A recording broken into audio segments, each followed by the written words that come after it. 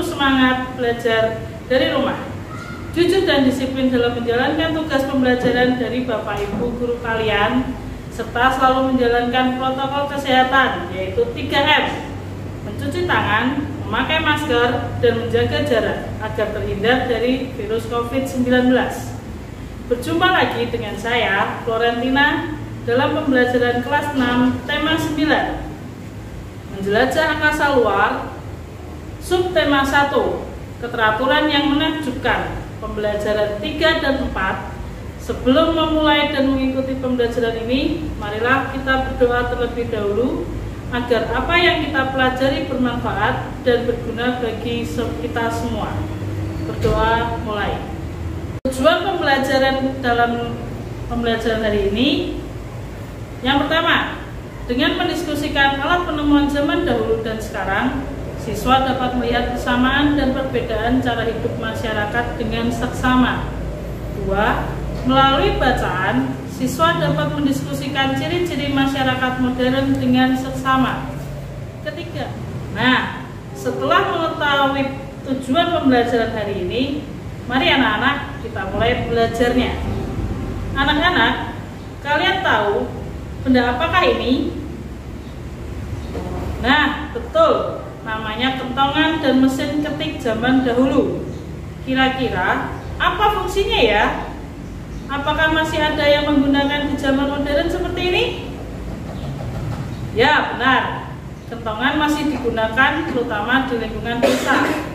Kentongan terdapat di pos kamling, berfungsi untuk tanda komunikasi. Sedangkan mesin ketik hanya sedikit orang yang menggunakan. Sekarang penggunaan mesin ketik telah tergantikan dengan komputer atau laptop. Nah, anak-anak, coba kalian perhatikan gambar-gambar berikut ini.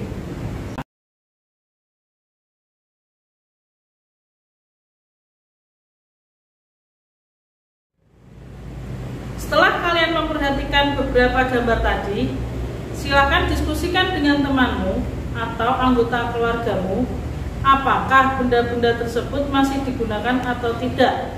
Manakah yang termasuk benda masa lalu dan masa sekarang? Serta manakah benda yang sering digunakan saat ini? Setelah kalian memperhatikan gambar benda masa lalu dan masa sekarang atau modern, mari kita simak bacaan berikut ini yang berjudul Modernisasi dalam Masyarakat Indonesia. Kita mungkin sudah sering mendengar kata modern untuk menjelaskan sesuatu yang bukan bersifat tradisi, tetapi bersifat masa kini. Modernisasi berarti proses menuju masa kini atau proses menuju masyarakat modern. Modernisasi dapat pula berarti perubahan dari masyarakat tradisional menuju masyarakat yang maju.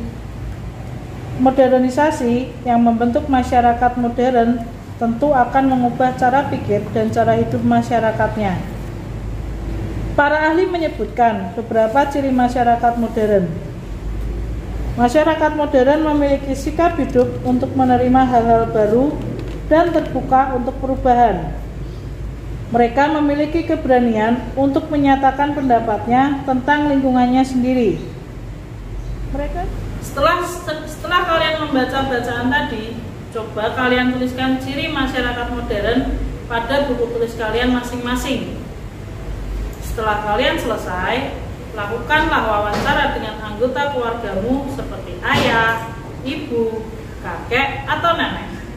Tanyakanlah bagaimana perilaku dan cara hidup mereka ketika mereka masih seusia kamu atau saat mereka masih muda. Jangan lupa tulis hasil wawancaramu itu.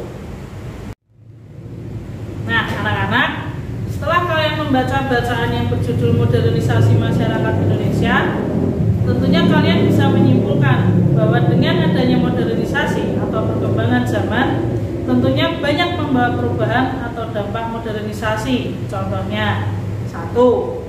Usaha manusia untuk mengembangkan ilmu pengetahuan dan teknologi. 2. Perkembangan ilmu pengetahuan dan teknologi menjadikan komunikasi semakin mudah, distribusi barang semakin mudah, dan banyak juga tenaga manusia yang digantikan oleh tenaga mesin dalam kehidupan sehari-hari. Ketiga, perkembangan ilmu dan teknologi juga memiliki dampak buruk bagi masyarakat Indonesia. Salah satunya masuknya budaya asing, barang-barang asing yang masuk ke Indonesia. 4. Harapannya dengan adanya modernisasi ini tidak memecah belah bangsa kita. Karena dengan adanya modernisasi, kita juga harus tetap mempertahankan persatuan dan kesatuan. Kelima, persatuan dan kesatuan sudah tertulis dalam Kitab Sutasoma karangan Putan Tular yang berbunyi Bhinneka Tunggal Ika, artinya berbeda-beda tetapi tetap satu. Kalimat tersebut mengandung arti bahwa bangsa kita yang terdiri dari berbagai suku, berbagai agama, berbagai bahasa, dan berbagai adat istiadat, tetapi kita tetap satu, yaitu satu bangsa Indonesia. Kita pun dalam kehidupan sehari-hari memiliki beberapa teman dari latar belakang yang berbeda, dari sifat yang berbeda dan watak yang berbeda. Tetapi kita harus selalu menjaga perbedaan dan menjaga persatuan dan kesatuan. Untuk mempelajari watak, kalian bisa membaca cerita fiksi yang berjudul Proyek Rino pada buku tema 9 halaman 43. Kemudian setelah membaca, kalian bisa mencari tokoh utama, tokoh tambahan, watak tokoh, latar cerita, hubungan tokoh utama dan tokoh tambahan, serta menuliskan kembali isi cerita tersebut. Nah, anak-anak, selain menjaga persatuan dan kesatuan, kita juga harus bisa memaknai persatuan dan kesatuan dalam kehidupan sehari-hari. Untuk lebih jelasnya, mari kita baca bacaan yang berjudul Makna Persatuan dan Kesatuan dalam Kehidupan Berbangsa dan Bernegara. Makna persatuan dan kesatuan bangsa dalam semboyan negara Indonesia. Persatuan dan kesatuan berasal dari kata satu yang memiliki arti utuh atau tidak terpecah belah. Kata persatuan dapat diartikan sebagai perkumpulan dari berbagai hal menjadi satu.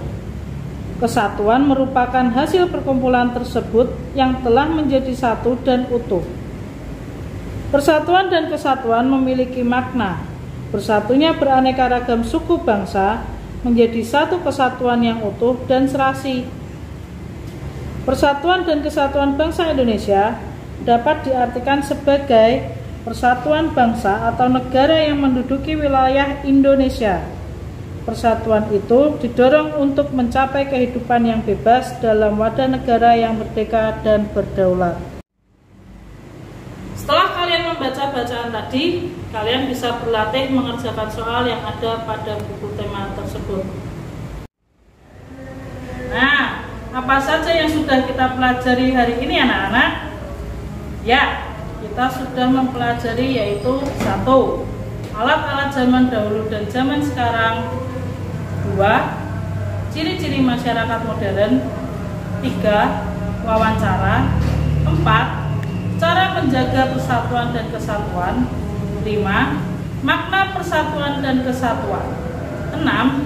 Tokoh, watak, dan isi cerita fiksi. Anak-anak, terima kasih telah mengikuti pembelajaran dari saya. Semoga pembelajaran ini bermanfaat dan berguna bagi kita semua. Saya berpesan, 1. Tetap jujur, disiplin, dan semangat dalam belajar dari rumah. 2. Selalu menerapkan protokol kesehatan.